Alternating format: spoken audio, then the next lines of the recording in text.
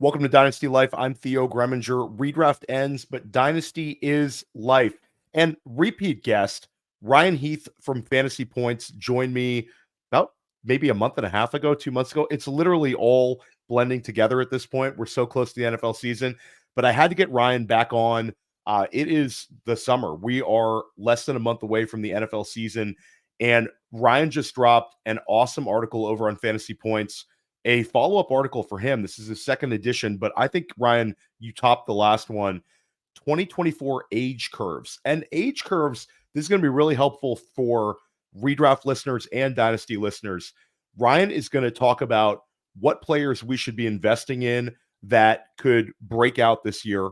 He's also going to be talking about avoiding fall-offs, avoiding those older players, not only because of their age, but because of some data that suggests that their quality of play is going to fall off.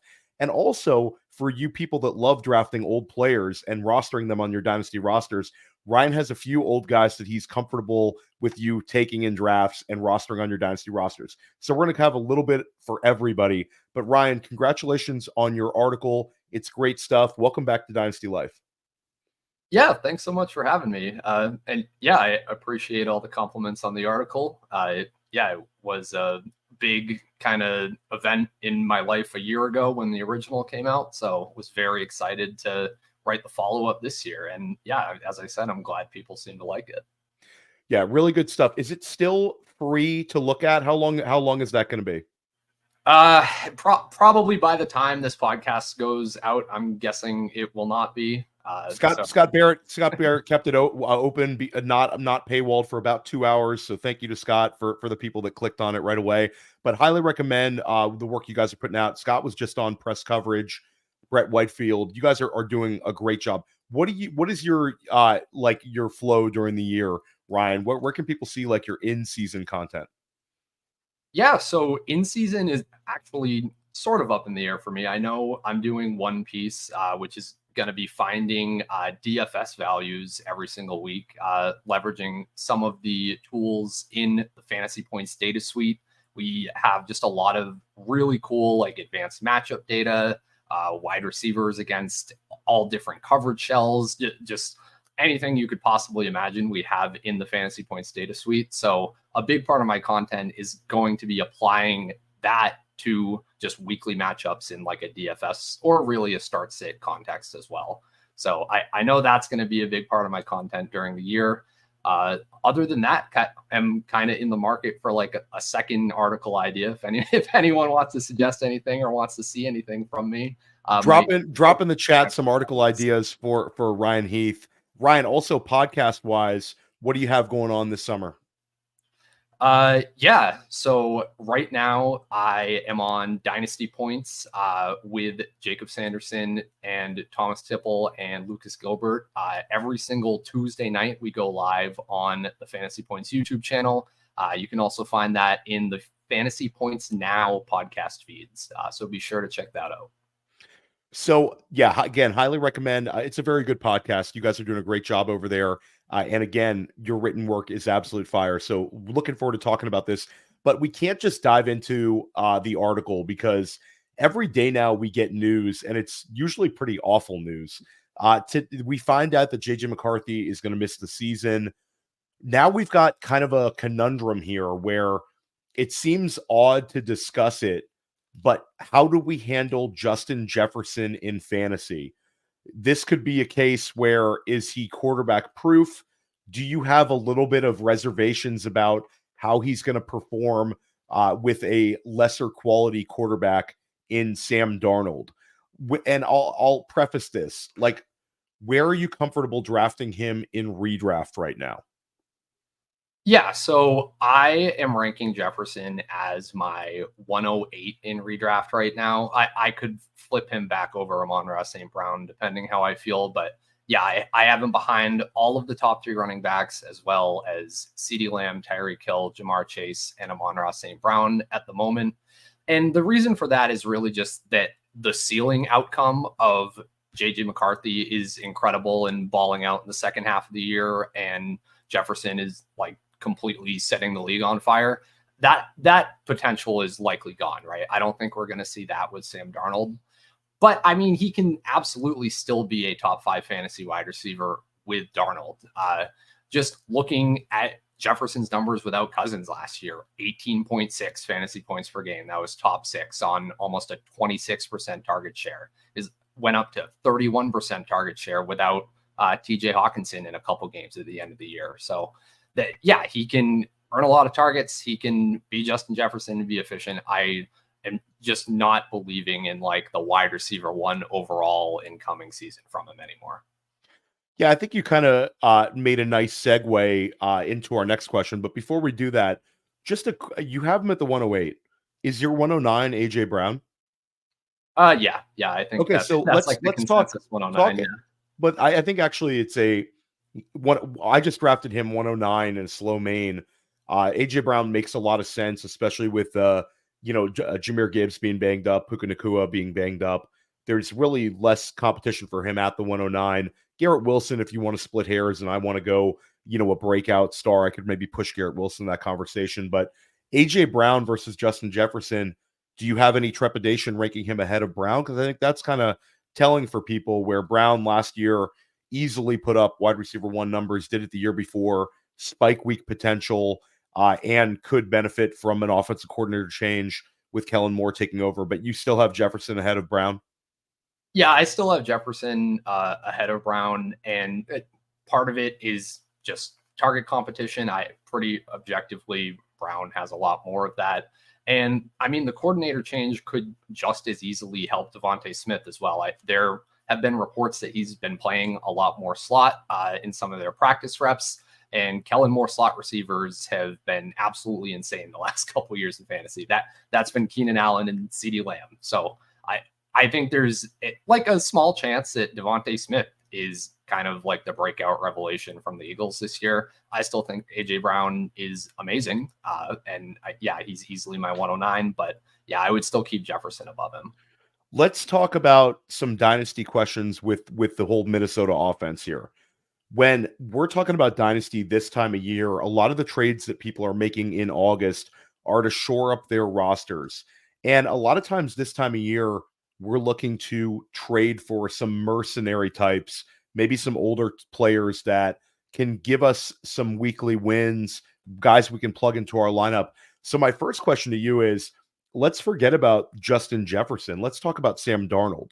This is an offense where we feel very confident in O'Connell and like sort of the brain trust there. The offensive line quality is strong. And of course, there's Justin Jefferson. Is this a situation where Superflex managers should be considering buying Sam Darnold as sort of a mercenary type? We look at the success of Josh Dobbs, certainly a different quarterback, but a journeyman nonetheless. And then Nick Mullins threw for a ton of yards, but he also threw for a ton of interceptions. Do you have interest in kicking the tires and seeing about buying some Sam Darnold with the chance that you'd use him as like a QB2 in Superflex?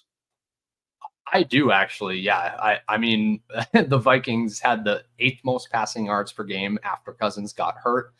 Nick Mullins, as you mentioned, averaged 370 yards per game in his 3 starts, which is insane. He was like the QB6 in those 3 weeks. And yeah, you brought up the offensive line as well. At Fantasy Points, we have them ranked as our 12th best offensive line.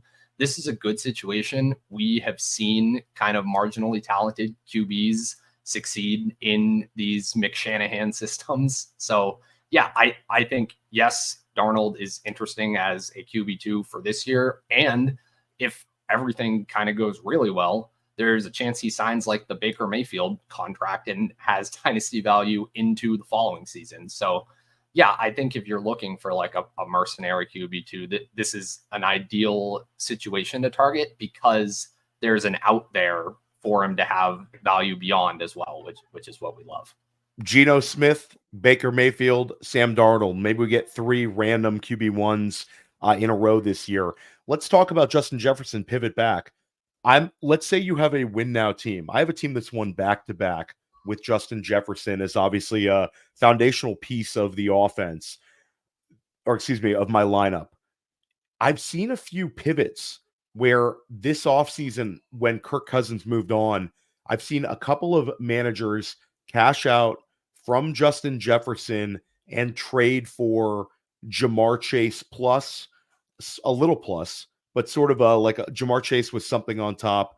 And I've also seen a straight up trade where it was essentially a Justin Jefferson for Bijan Robinson. And there were other parts involved in it, but that was the main part of the trade. Do you think for win now teams, based on the scarcity of the running back position, and based on the ceiling of guys like Bijan Robinson, would you consider making that pivot as a dynasty manager, Jefferson for Bijan? Yeah. So, I mean, I agree with you just as far as the upside. Yeah, I have Bijan ranked over Jefferson in redraft. I do think there's a legitimate difference in those ranges of outcomes. I just don't believe in making win now trades in Dynasty, especially in August. In November or whatever, maybe it's a different story. But I have seen so many Dynasty rosters that you think are absolutely invincible before the year get completely annihilated by 2 or 3 key injuries, right?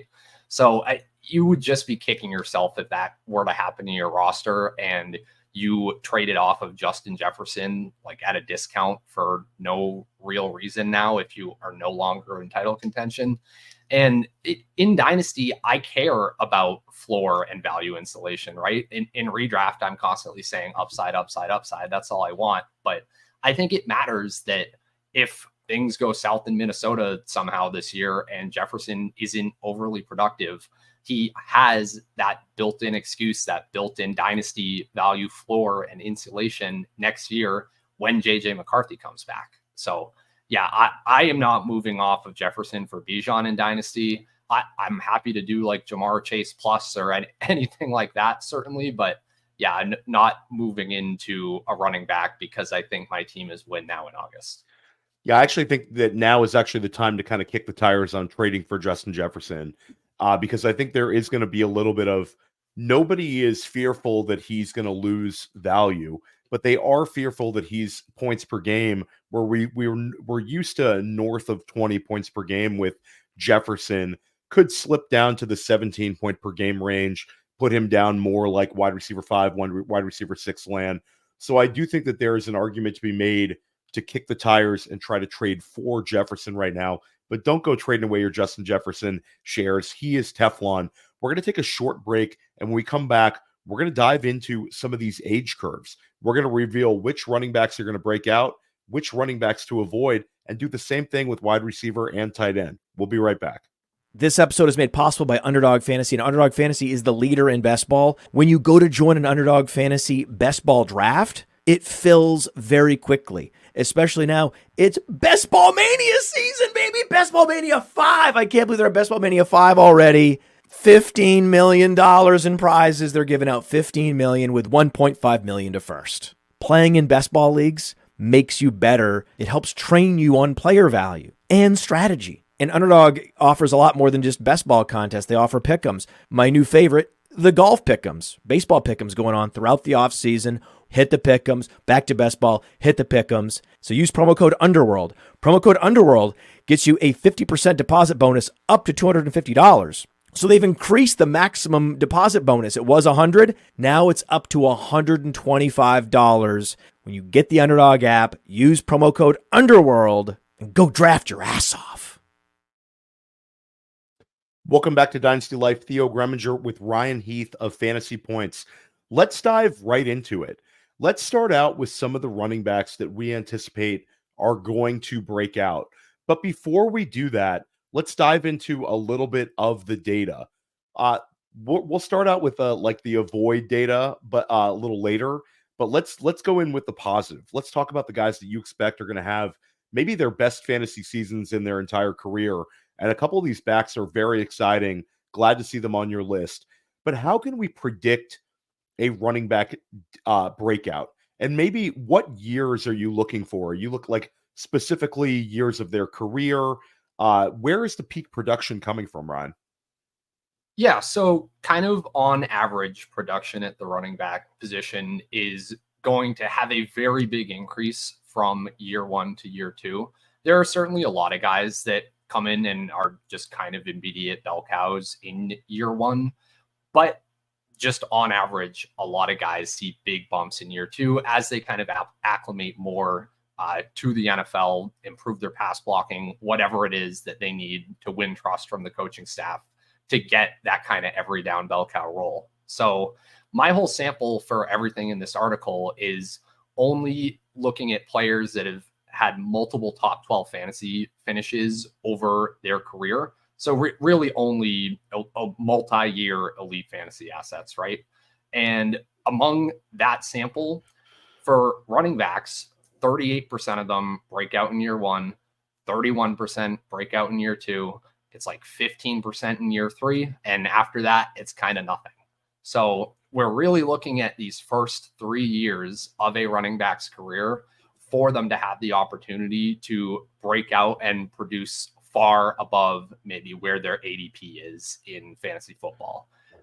So especially just kind of with the player pool right now, I'm very focused on year 2. I think there's a lot of really interesting year 2 running backs right now, and maybe not so many rookies or year 3 running backs that I think are primed to break out. Yeah, and all we've got to do is look back to last year where we had like 10 of these year 2 running backs, 9 or 10 of them finish as RB2 or better. It was insane, including Breece Hall and Rachaad White, who gave us top 5 production. It was really kind of mind-blowing when you go down the list, even like the Jerome Fords, the Jalen Warrens, all of those guys finished inside of RB2 land. But one stat that I thought was excellent when you talked about year 1 to year 2 in the article, and you also tweeted this, over the past decade, 9 of the top 10 biggest year-to-year workload increases, which resulted in at least 15 fantasy points per game, occurred in year 2 of the running back's career. I thought that was tremendous. And is there anything to add to that, Ryan?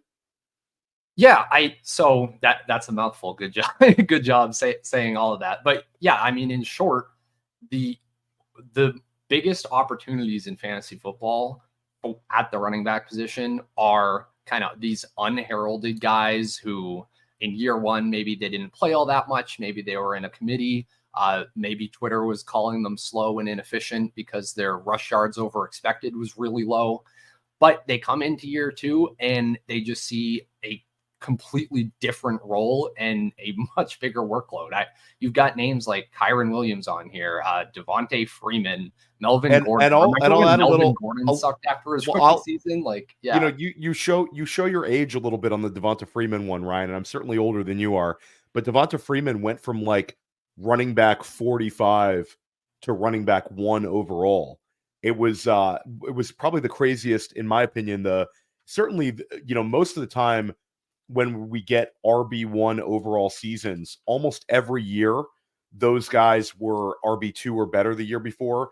The only 2 that I believe in the last like 15 years that were not were Devonta Freeman and Saquon Barkley. And Saquon Barkley, of course, was in college the year before he finished as RB1 overall. But Devonta Freeman went from like RB45 to RB1. It would be like Zach Charbonnet finishing as RB1 overall, to put it in context. It's wild.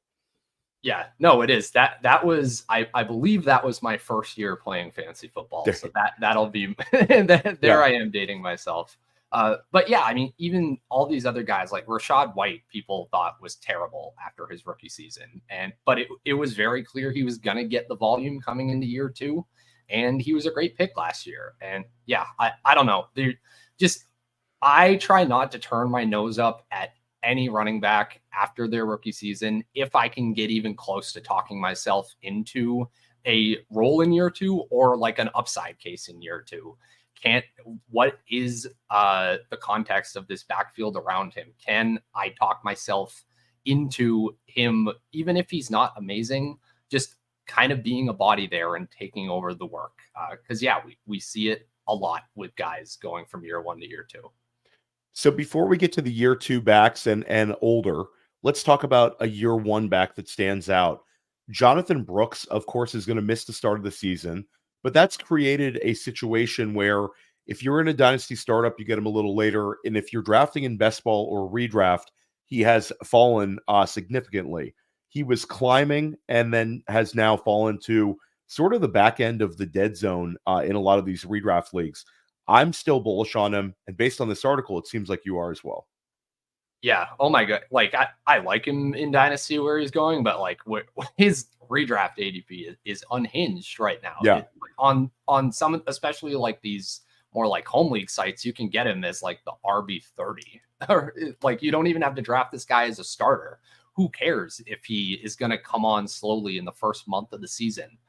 The last 6 weeks matter so much more than the first 6 in every format, whether it's redraft, whether it's Dynasty, whether it's a tournament.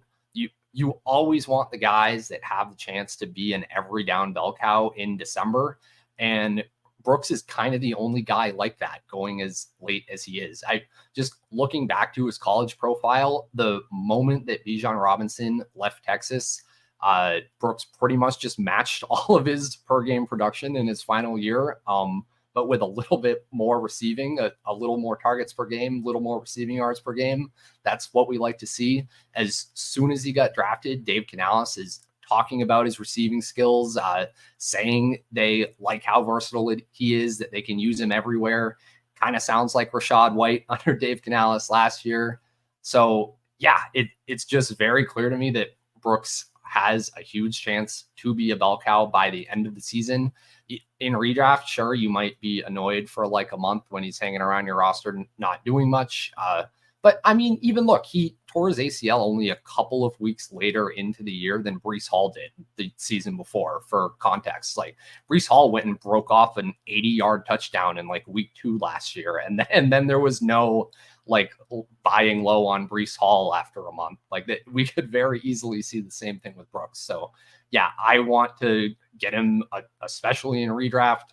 Happy to have him in Dynasty because I care very little in Dynasty about the first 4 games of his career. So yeah, he is kind of the one rookie I'm willing to push my chips in on this year and say, yes, I can actually envision a bell cow workload and a true like top 12 fantasy breakout for.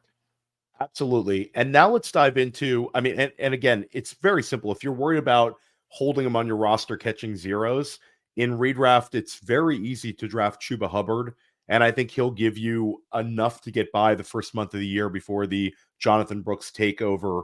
And in Dynasty, Hubbard cost you very, very little as well for your Jonathan Brooks teams. Let's talk about it, though. 2 guys that I expect to score a lot of points this year are Bijan Robinson and Breece Hall. We already saw Breece Hall hit top 5 running back production. Now these 2 are going basically head-to-head in a lot of formats. Where are you at on Bijan versus Breece Hall? Yeah, so I'm going to lean Breece Hall. He is my redraft 102. He's my Dynasty RB1 narrowly. And kind of the reason for that is, as you just alluded to, we have already seen it with Hall. Look, in wins last year, Breece Hall averaged over 26 fantasy points per game. And of course, the Jets trailed on like 66% of their offensive plays. The team as a whole had only 3 rushing attempts inside the 5-yard line last year, which is insane. But now Aaron Rodgers is back healthy. We hope. They have a 9.5 win total on all the sports books. This is likely going to be a competent offense. And that's literally all that Hall needs to be a smash top 2 running back like Christian McCaffrey, like workload in fantasy, right? He had 79% of the Jets' red zone rush attempts from week 10 on. That was top 5.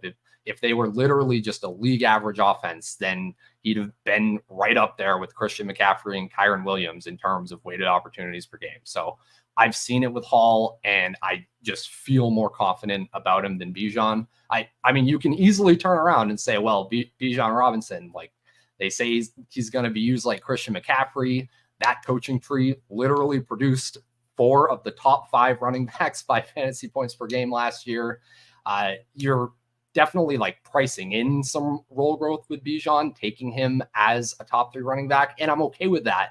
But yeah, that's just kind of the tiebreaker is I've already seen Breece Hall dominate the red zone work, dominate in the receiving game. I just haven't fully seen Bijan do it yet. Seems like a reasonable assumption and one I'm fine making. But yeah, that's why I lean Breece. Yeah, and again, it's sort of like splitting hairs, but at the end of the day, oftentimes the difference between RB1 overall and RB2 overall might be as much as like 4 points per game. So we want to try to nail it. And if anybody's keeping track, I've been putting a lot of people like on the spot with this question.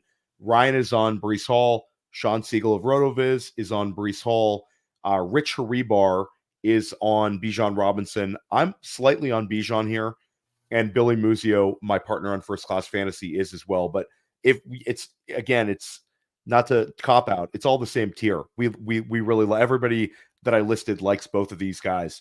So Bijan obviously makes your article. We don't really need to dive too much into Bijan. He's very good. Draft him when you can. If you have a top 5 pick, consider drafting Bijan Robinson. Jahmyr Gibbs makes your list. This is a guy where we got a big scare, but now it looks like he's going to be healthy for week 1. All indications are this is completely under control. So let's eliminate the injury out of context here. Jahmyr Gibbs gave us a RB1 season last year.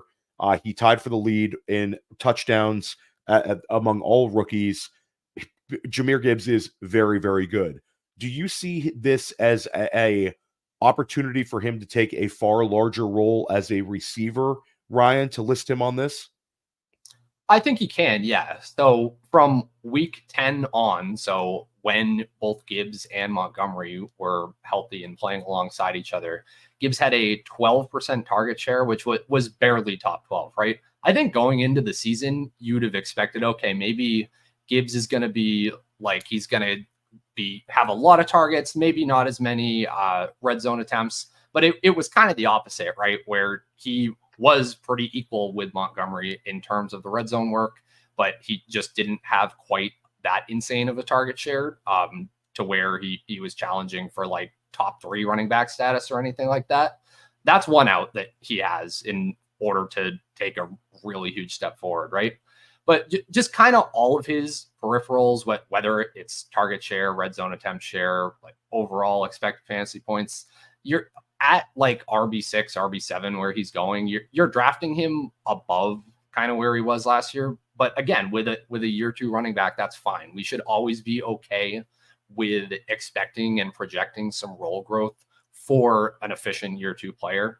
I was happy to take Gibbs at the turn before the injury. I can probably talk myself into it now if we get like one more semi-decent report about how it'll be okay for week 1.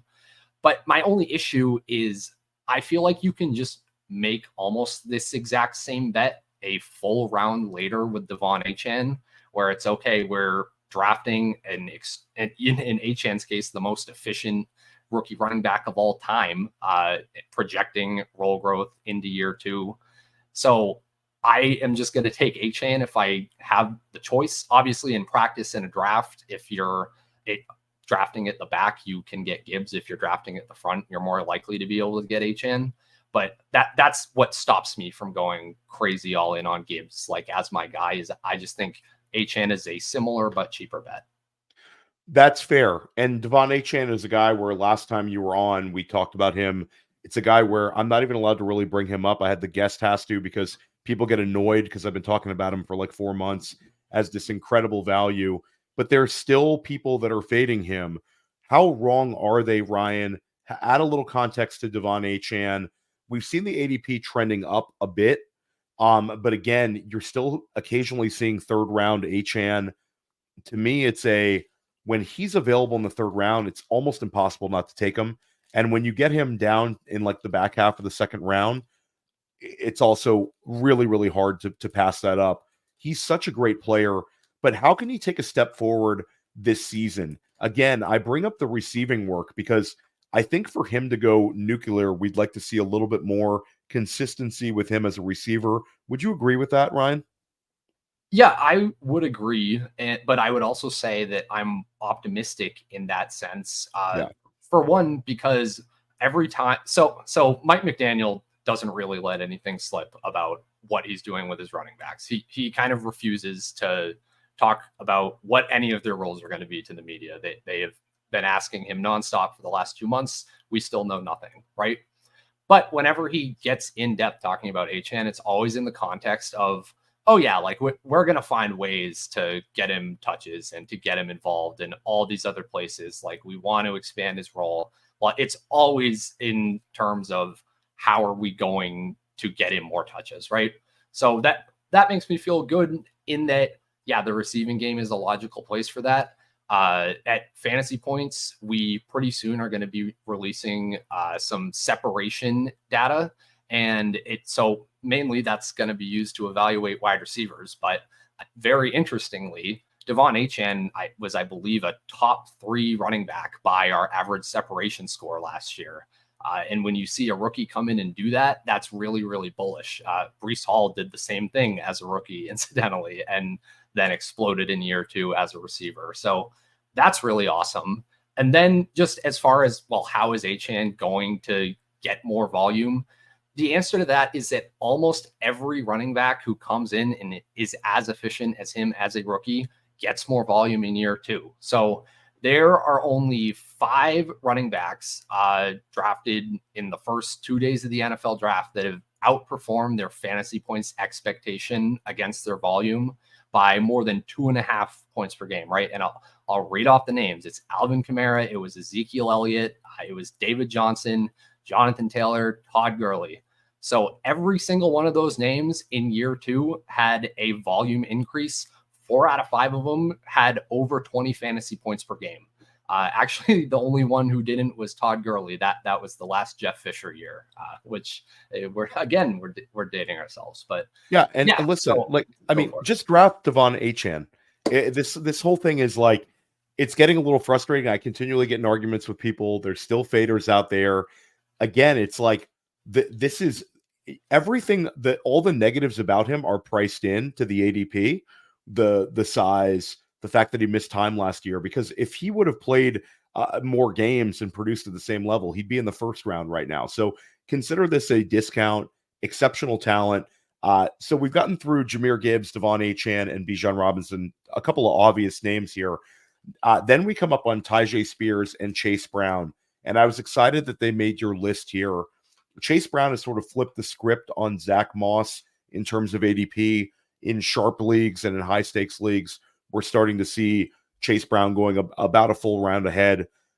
And with Tyjae Spears, you're still getting a little bit of a discount versus Pollard, but they're quite close. Talk about your expectations for both of these players and how they can really affect fantasy this year with their receiving production, explosiveness. Generally your bullish takes on these guys, Ryan. Yeah, so Spears is kind of the perfect example of the type of player who can massively increase his workload going from year 1 to year 2.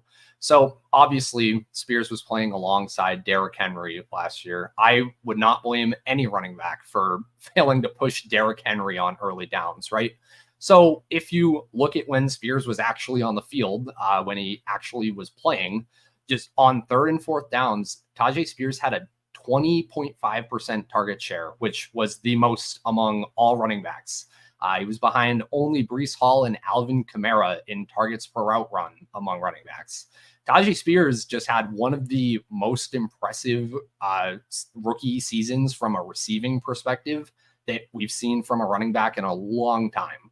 So, and then the way that Callahan talks about using Spears and Pollard is it's going to be a 1A, 1B. They're going to alternate drives. There's not defined roles. That's perfect for Spears to play more and show what he can do on early downs. And if he outplays Pollard, that's very easy for him to just take over more and more drives as opposed to being typecast into just that 3rd down role, right? So all of that's really bullish. He's a really great scheme fit. I won't go super into it, but shout out Jacob Gibbs. Has a bunch of stats on how Spears is one of the best man gap rushers to enter the NFL based on his college stats over like the last 8 years. Cincinnati ranked 6th in man gap rate last year, assuming it will be similar schematically with the Titans this year. So yeah, Spears is probably my favorite, like later-ish, mid-ish round running back to click right now. As for Brown, I'm less confident that Chase Brown is a good player, but I am pretty confident Zach Moss is not like a real competition, right? never topped 126 touches in a season before last year. Was getting alphaed by Devin Singletary, notably, a lot of those years in Buffalo. And right now, like in Dynasty startups, Chase Brown goes between Zach Moss and Devin Singletary, which is hysterical to me. I care a lot more about the upside. Give me the explosive guy who's top 12 in yards after contact per attempt, explosive run rate, all these explosion stats. We know Brown has juice. I care that he can't pass block up until there's quotes from Zach Taylor and from the GM saying that this is at worst a 50-50 committee. If I know he's going to be on the field and he can actually show that explosiveness, then I'm happy, right? So happy to take Chase Brown at ADP in redraft, even more so than in Dynasty. But yeah, both guys I really like that I think I'll be clicking them a lot in all formats. And a shout out to the Chase Brown faders. You know, we don't lose fantasy points if our running back doesn't hit the hole and misses like that inside cut. And people love showing the clips of Brown, like, you know, trying to kick everything to the outside. But we love the explosive plays. And like you said, Zach Moss, this is not a situation where Zach Moss can be a 280 carry guy. It's just not in his MO. He's a low-paid running back who's really fell into a great situation last year where he was able to really produce. But for his entire career, it really hasn't been there. And you're talking about a guy who's like 26 years old. With Chase Brown, I think he has much more potential as a receiver, and that alone makes him a target of mine. Joe Burrow, the last time we saw him fully healthy, we saw him target Samaje Perine and Joe Mixon 125 times combined. Chase Brown, I think that's really the key for me. The rushing upside is great, but he profiles as the Bengals running back who's going to catch passes. And again, he's the more explosive player that has the unknown upside. So I'm into him. Before we move on to the fades, you've still got Kendre Miller on the list. This is a guy where Kendre Miller has become basically free in a lot of these startups. In FFPC main events, he's going around the 14-15 turn now. You still have some optimism here. This maybe could segue us into some veterans you might be fading. Spoiler alert. Yeah, so I'll be fully transparent. I went back and forth up until publish of whether I was going to keep Kendre Miller's name in here or whether I was going to delete the whole thing. So I was on the fence, but in my heart of hearts, I do believe that Kendre Miller right now is a buy at the price of completely free in all formats. And the reason for that has less to do with Kendre Miller. Okay, it has a little to do with Kendre Miller, right? I mean, we can tell ourselves like the Kyren Williams fantasy, where this is a player who is kind of obscured by injury in year one. Obviously, still kind of has the injury problem right now as we speak, which Dennis Allen made sure to tell everybody about. But if he gets healthy and you look at this backfield around him, you have two 29-year-old really plotters at this point, if we're talking about just work on the ground.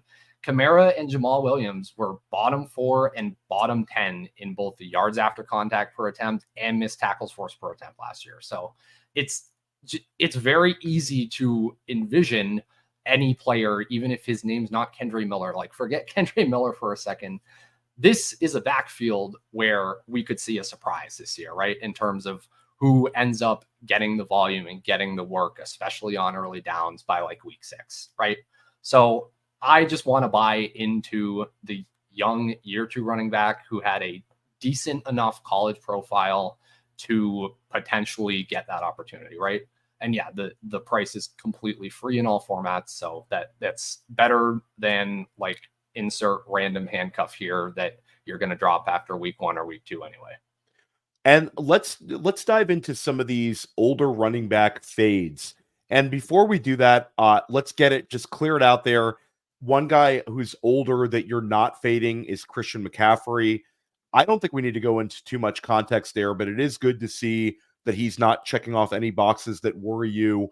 It's McCaffrey season. Are you taking him at the 101, Ryan? I am, yeah. And the one stat I'll give you is that the only running back in my sample who scored more fantasy points at age 27 than Christian McCaffrey was LaDainian Tomlinson. And he went on to average 23 fantasy points per game at age 28. So I think Christian McCaffrey can be just fine. He's on the Mount Rushmore almost of fantasy football players, let alone running backs, right there with LaDainian Tomlinson. So yeah, we'd expect him to produce a top 5 season. He's a stud. Not really a whole lot to talk about there, but one guy who people are bouncing back and forth on, Joe Mixon. Joe Mixon is one where some people see him as an exceptional value right now. This is a guy who lands on one of the league's ascending offenses in Houston. There's others who say, you know what, I'm going to pump the brakes a little bit. Mixon's a guy I'm going to fade. You seem to have a better than, I would say you're not pounding the table for him, but you're pretty positive on his situation and outlook specifically for this season. Yeah, I don't think he's like the worst pick on the board, right? So Mixon at entering also his age 28 season, that historically for running backs in the sample have averaged 104% of their career production in that season, right? So probably not, we don't have like these overwhelming odds of Mixon falling off a cliff production wise this year. I would say like the red flag is just switching teams and it being for like a 7th round pick where he in all but name Joe Mixon got cut, right? And the Bengals have kind of been signaling that. And there was a whole week. There was a whole week where we thought he was cut. There was like a couple of day period where everybody's like he's going to get cut, and then we got he got traded to Houston. It was like the big turnaround, about as good as it gets landing spot for him. So yeah, that one's interesting. I'll say Kamara, you added context where it's really an ADP argument where that's you're sort of out on Kamara at ADP. How about for a dynasty contender? Do you feel like they're going to get that sort of Kamara value where he's going to deliver RB2 production this year, Ryan? Or do you take it a step further and you worry about a big fall off? I worry about a big fall off, right? So part of what I went into here with the research is just looking at how missed tackles force per touch kind of declines along with production as running backs age. And it surprisingly smoothly just continues to fall as they get older and older, right? So I messed around and was looking at like some thresholds, and basically the short of it is any running back in the sample who was historically productive, produced last year, kind of like Kamara did, but they had a poor missed tackles force per touch. It was basically a 50-50 shot that they would even average 14 fantasy points per game in the following season if they were over age 28. So once you're Alvin Kamara and you're ranking 47th among 56 qualifying running backs in that stat, then I'm really concerned about you that you could just completely fall off a cliff at any given moment. Kamara entering his age 29 season makes a big difference compared to like Mixon and McCaffrey. Even that 1 year, 74% of age 29 players failed to reach even 200 PPR points, which is just under 12 fantasy points per game over a 17-game season. So I see a lot of the downside with Kamara, unfortunately. Yeah, and I think also some variables out there. The offensive coordinator change, where last year Kamara comes off a suspension, and all of a sudden he's Kamara from like 3 years ago in terms of the receiving work. Maybe we don't see that with Kubiak, where it's just all it would take is a slight regression back to Kamara's 2022 targets for him to take a big step back as a receiver based on what he did in 2023. So I agree with you. There's some red flags there. I think if you're a dynasty manager at this point, you could maybe look to pivot, but you're probably stuck with him because of his age. But when we talked about mercenaries at the beginning of the show, when we talked about Sam Darnold and 2 running backs that are sort of popular, go out and get them for a year, guys, in Dynasty, and also guys where there's some sharp people on these 2 guys' values, Aaron Jones and James Conner. You seem to have a little bit of apprehension about both of these players.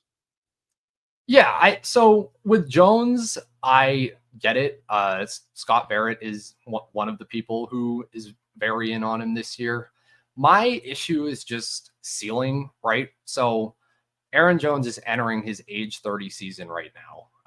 And unless you want to go back to 2008, the best semi-recent age 30 season from any running back is Adrian Peterson, who was, I think the RB2 in that Devontae Freeman 2015 year with like 16 fantasy points per game.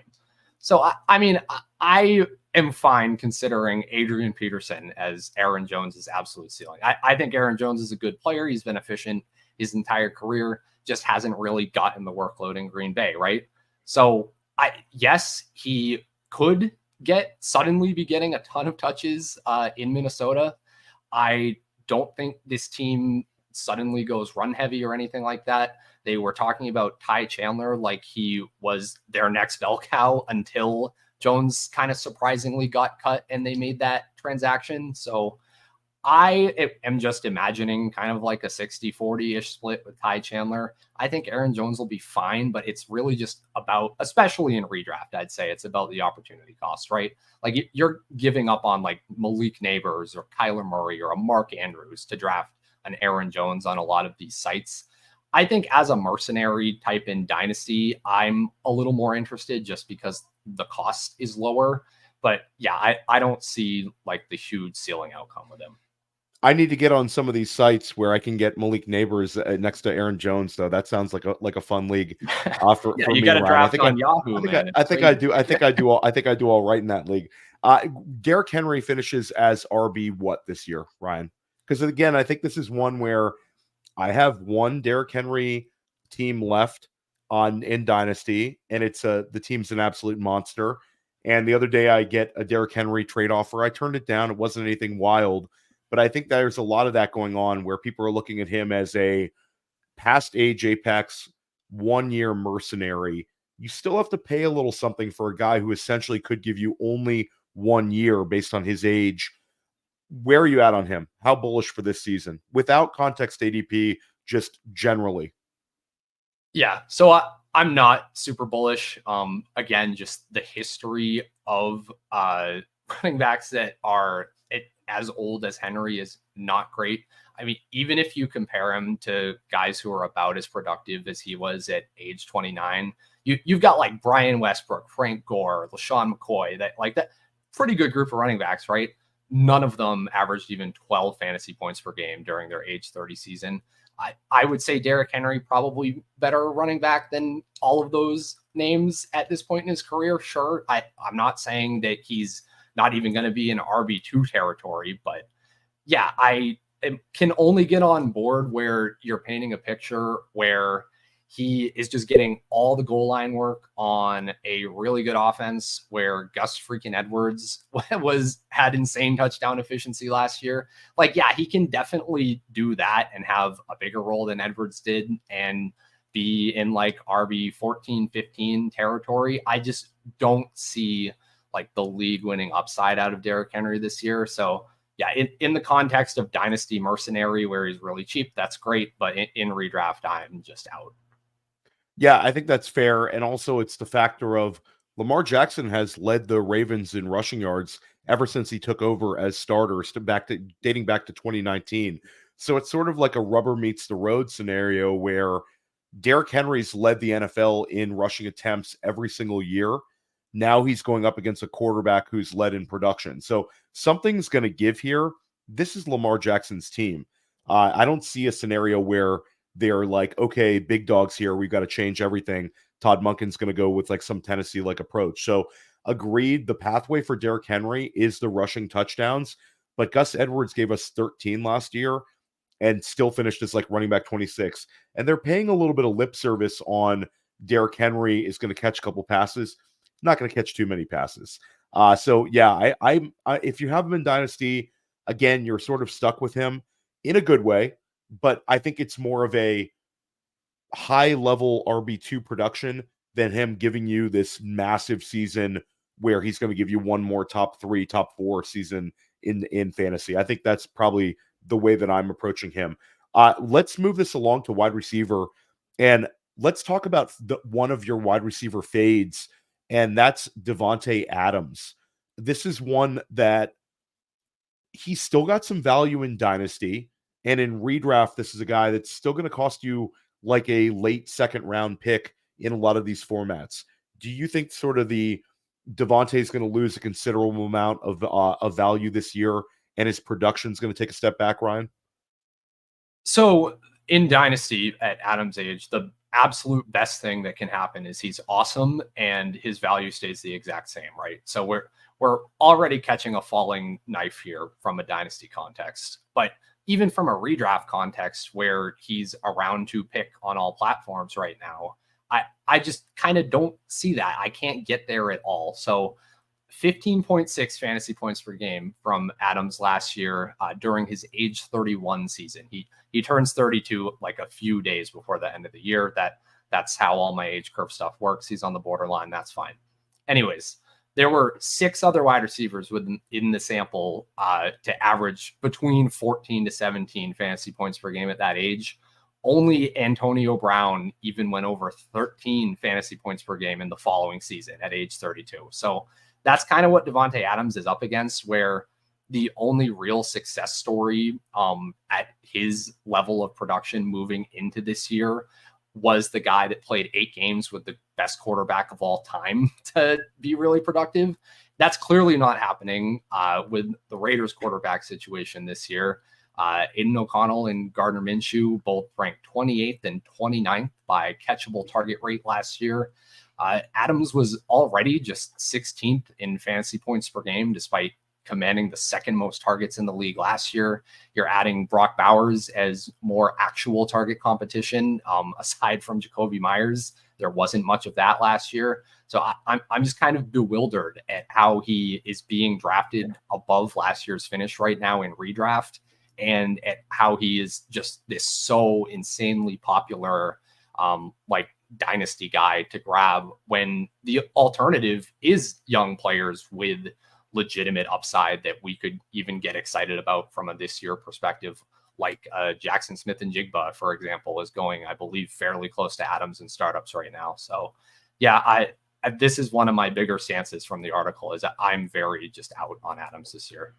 Yeah, Adams is definitely an interesting one, and I think I'm with you. Just on it, I don't really have much Adams exposure left in Dynasty, but when it's come to redraft and best ball, I understand the targets have been there 169 plus for 3 straight years. But last year he was the only NFL player to have 2 games of 20 targets or more, and he still took a step back in terms of his wide receiver overall finish. Now the situation is kind of a little bit, murky to say the least with the quarterback play. Jacoby Myers is also a little bit annoying, where Jacoby Myers is going to get his targets. Then you add in, obviously, Brock Bowers, who's, I think a bull case is 100 targets for Bowers. So Davante Adams, I think, takes a step back and goes from like the 160s down to like the 140s. But with the quality of the targets and the fact that they're projected to be a bottom 10 scoring offense, it's just not there for me. But one wide receiver that you seem to be pretty bullish on, despite his age, is Cooper Kupp. This is an interesting one. I think it's a little more redraft focused, but for Dynasty, this is a guy where he could give you one more big season, whether you're rostering him or whether he's a guy you want to kick the tires on and trade for.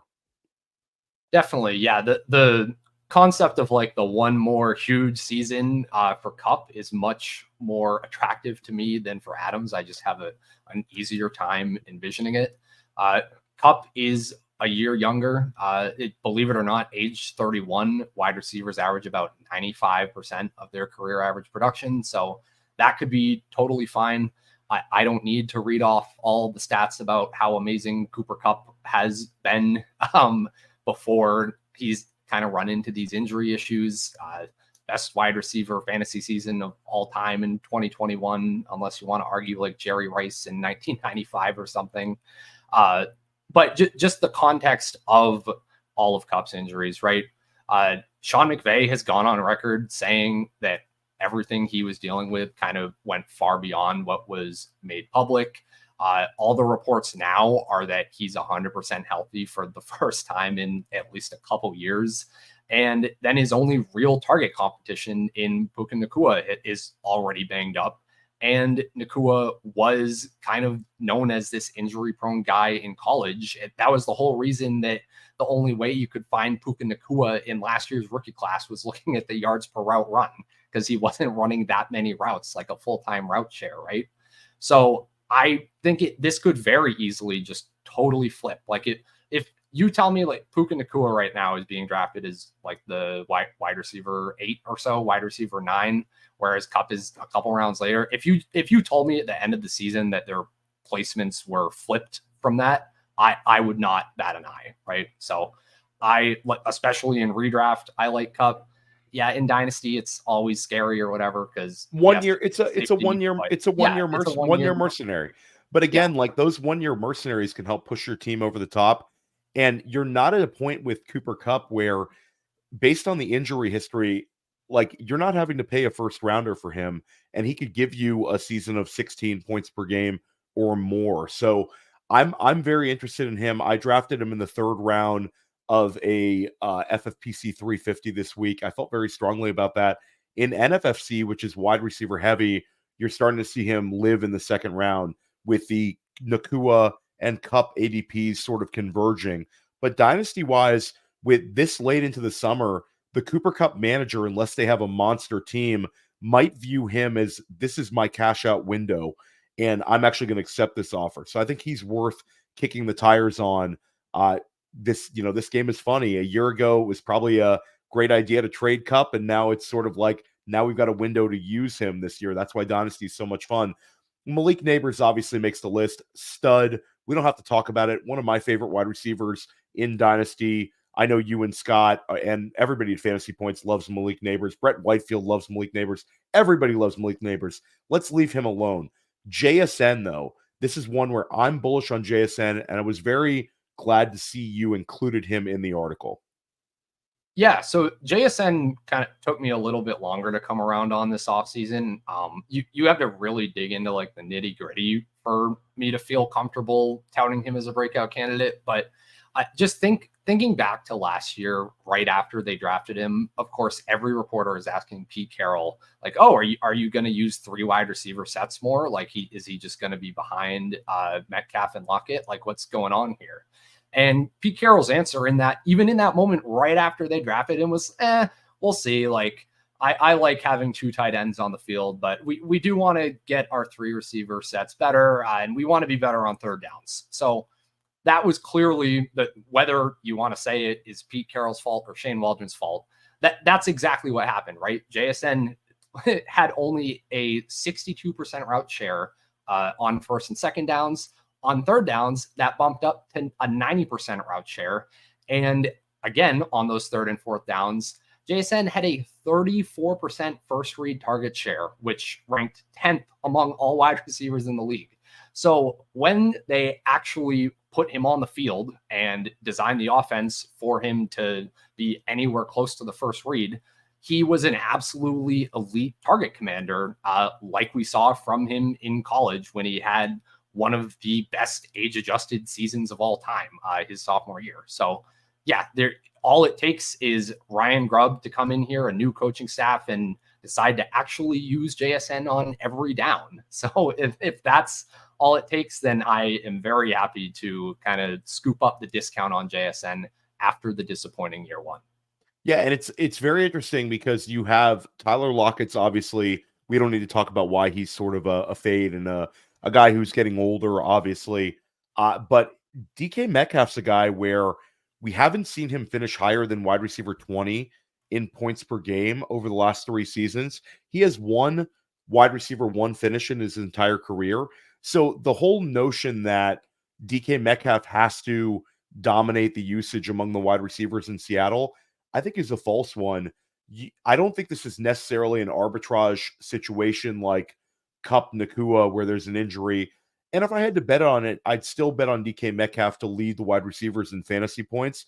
But again, it wouldn't shock me if JSN flips the script with this coaching change, with this stylistic change with Ryan Grubb.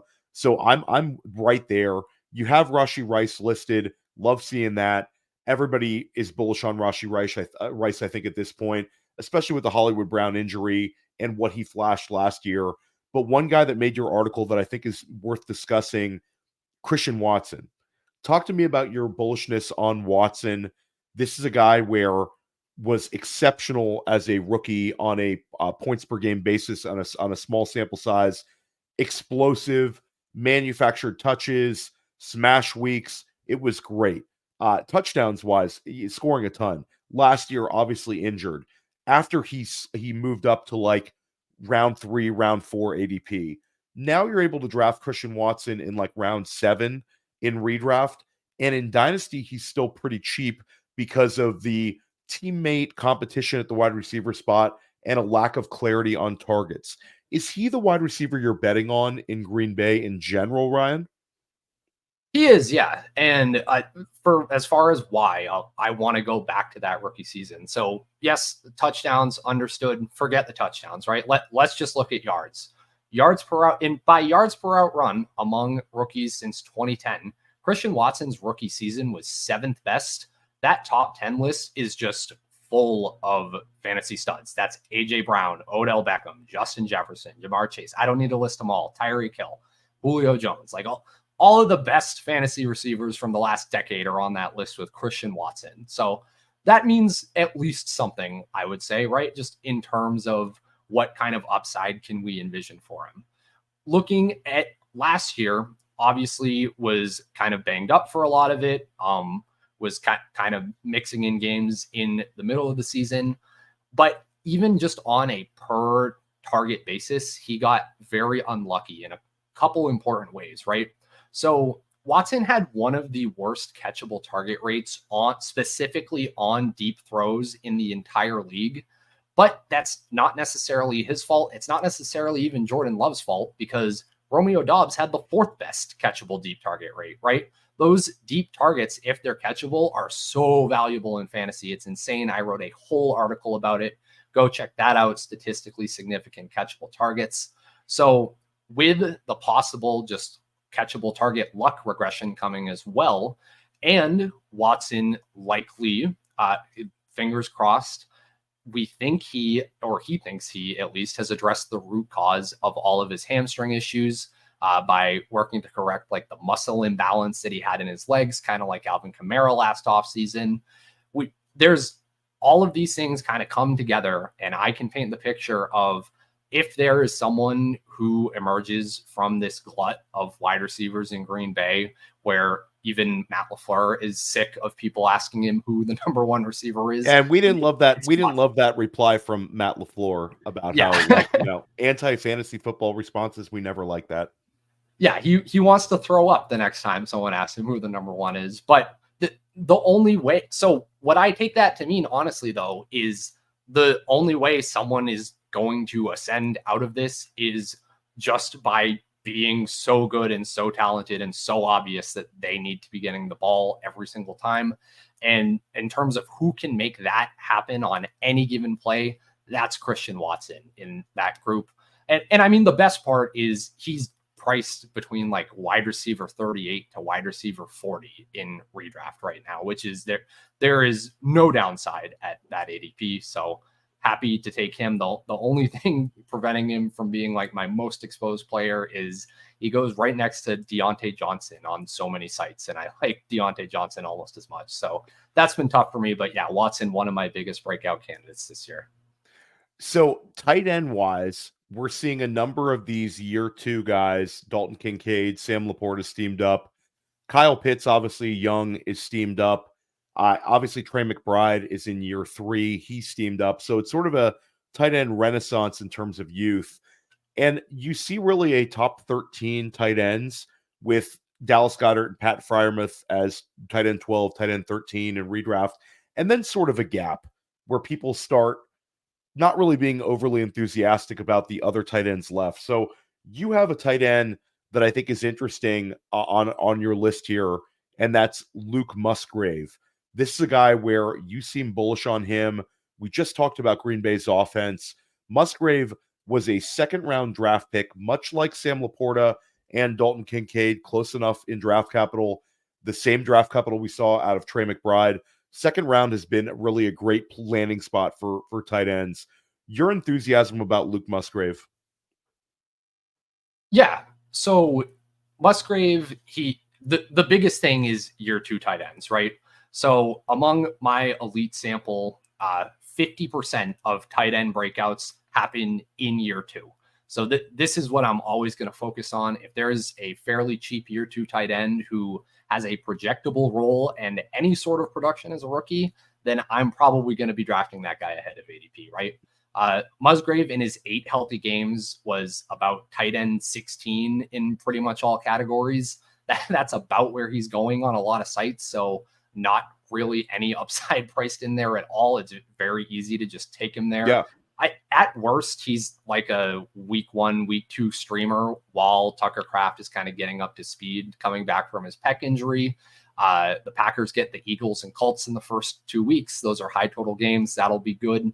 And obviously the best case is that Musgrave just holds on to the role and completely breaks out, and Tucker Kraft is like a trivia question in a couple years from now. So yeah, Musgrave, I just think it has very little risk, very little downside, kind of in all formats right now at his cost.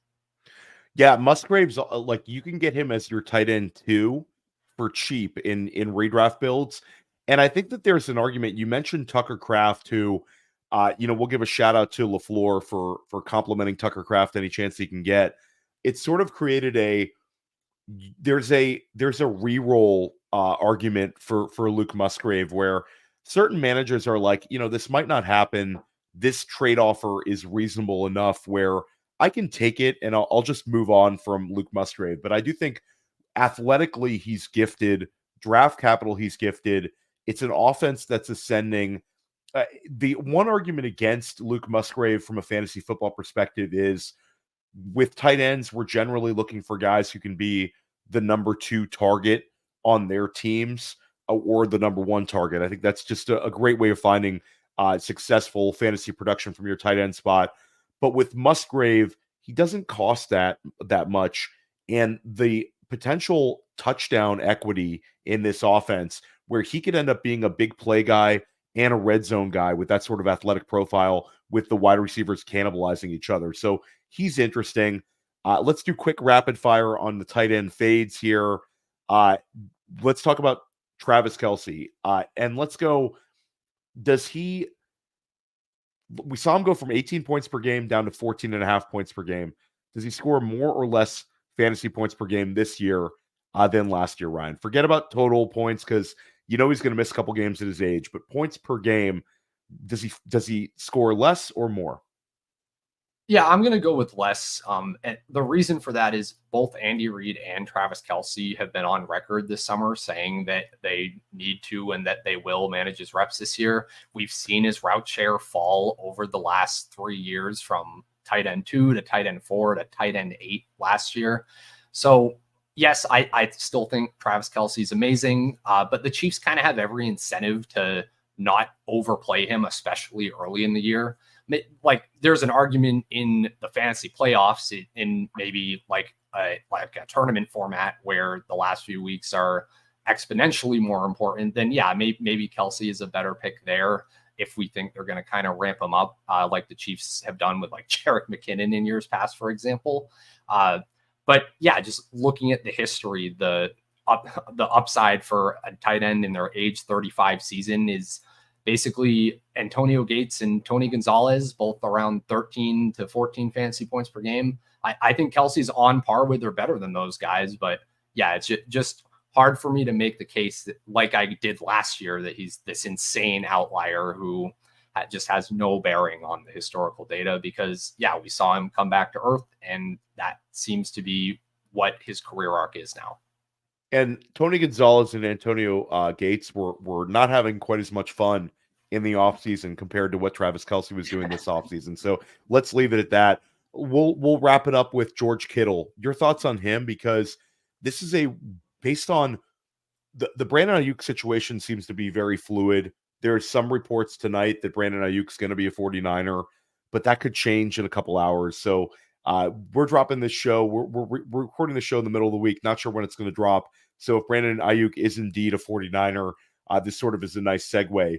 George Kittle has been a guy where we've seen the ADP, especially in tight end premium, steam up a little bit with the potential for an Ayuk trade. if Ayuk resigns and stays a 49er, then this is a situation where does George Kittle become a value at his current dynasty cost and his current ADP, Ryan? As like the third fiddle, if you want to put it, with Debo and Brandon Ayuk. I know last year the yardage was fantastic. Sort of just basically your thoughts on Kittle for the season. I think he does, yeah. So just looking in context with Kittle entering his age 31 season, elite tight ends in that year still average 102% of their career production. So yeah, I'm not at all concerned about Kittle being too old this year or anything like that. He has continued to lead the position in yards per route run like every single season of his career. He led all tight ends in route share last year, which is historically with Kittle, we've been frustrated that he sees so many pass blocking snaps, but that kind of went away, which has been nice. And yeah, I mean, just to your point about the Brandon Ayuk stuff, there have been 6 games over the past 2 years that either Ayuk or Deebo Samuel missed to injury. And in those games, Kittle has averaged 17 fantasy points per game in half PPR scoring, which is like absolutely insane. So yeah, even if he's the third fiddle, like Kittle is the type of player that can win you any given week in any format. Usually one of my favorite tight ends to play in DFS if he's going to be some of those smash weeks are absolutely legendary when it comes to Kittle. And you know, this is again, I think one of the main points you added was the age 31 doesn't scare you. It's sort of a disconnect where tight end, they age like wine, where wide receivers and running backs, the age cliff is there. Tight end, you see multiple guys. I mean, look at Travis Kelce that are able to keep producing. George Kittle, next level athlete, hasn't lost a step at all in terms of explosiveness as well. So yeah, I think I'm with you.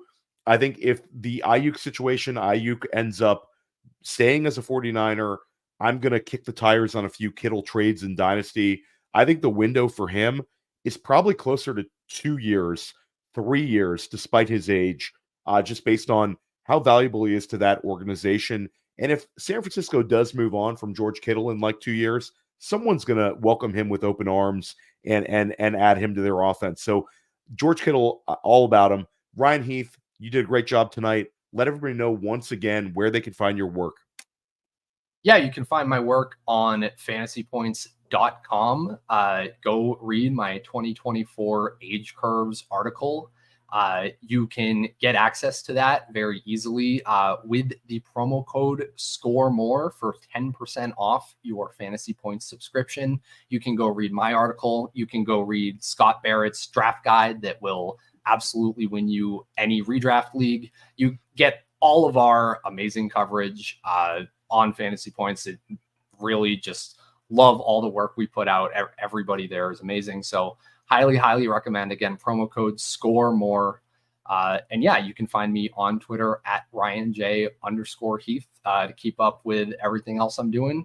Got a couple more articles planned before the season. Just going to be diving into fantasy defenses and just kind of a general my guys article I have planned. So you heard about some of my guys today. I have a lot more. Trust me. Well, yeah, definitely highly recommend Ryan's work. Highly recommend following Ryan on Twitter as well. And I highly recommend you sticking with Dynasty Life. We're going to be dropping an episode or 2 a week right up into the season. We're going to help you crush your Dynasty leagues this season.